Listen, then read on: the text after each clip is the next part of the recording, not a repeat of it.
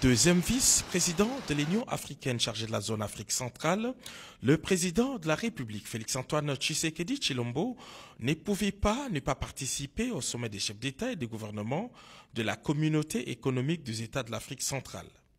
Arrivés à Libreville en début de soirée, les chefs d'État étaient accueillis à l'aéroport Léomba par le Premier ministre du Gabon, Kogé Bekale.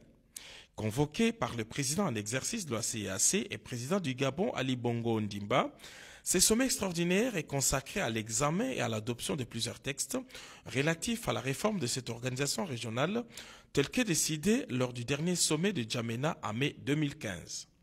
Les buts poursuivis par cette réforme est de faire de la CEAC une organisation régionale viable et forte, dotée d'un exécutif rénové.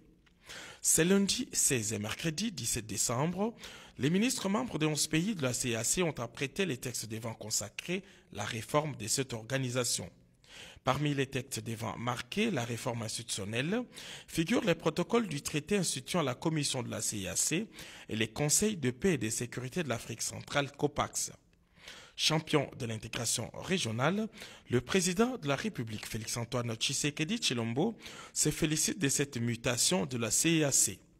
Ce mercredi au palais présidentiel, devant ses homologues des 11 pays membres, le président de la République prendra la parole en vue de faire entendre la voix de la République démocratique du Congo.